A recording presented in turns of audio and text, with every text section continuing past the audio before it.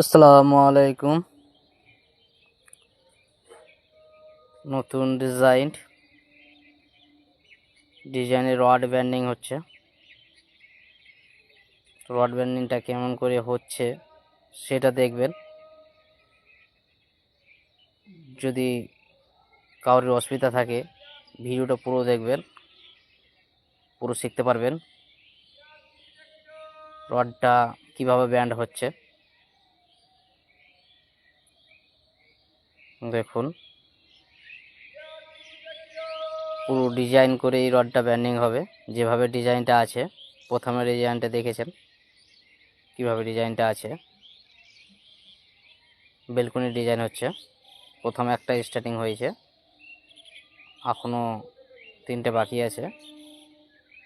এটা সিঁড়ির নিচে হচ্ছে।